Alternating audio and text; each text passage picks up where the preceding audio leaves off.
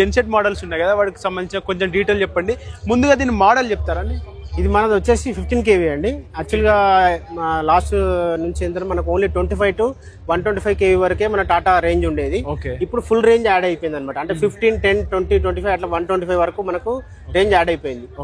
ఇది 15 kV నిన్న launch అయింది. 15 kV జనరేట్ చేస్తుందా? 15 kV ప్లస్ 100% లోడ్.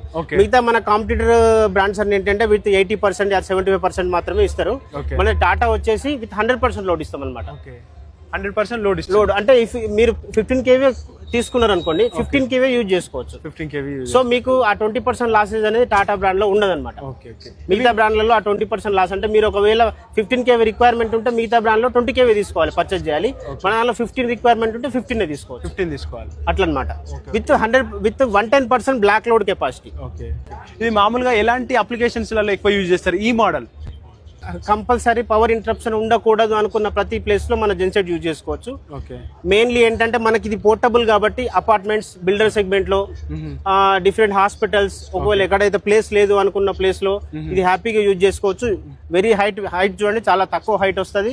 విడ్త్ కూడా చాలా తక్కువ ఉంటుంది. పోర్టబుల్.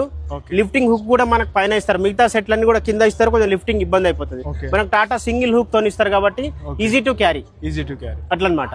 కన్జంప్షన్ వైజ్ లో కూడా Tata very best mileage consumption ఉంటుంది అనమాట. ఇందులో ఇంజన్ ఏం ఇంజన్ యూజ్ చేస్తూ ఉంటారు? ఇది మన టాటా ఇంజన్ అండి.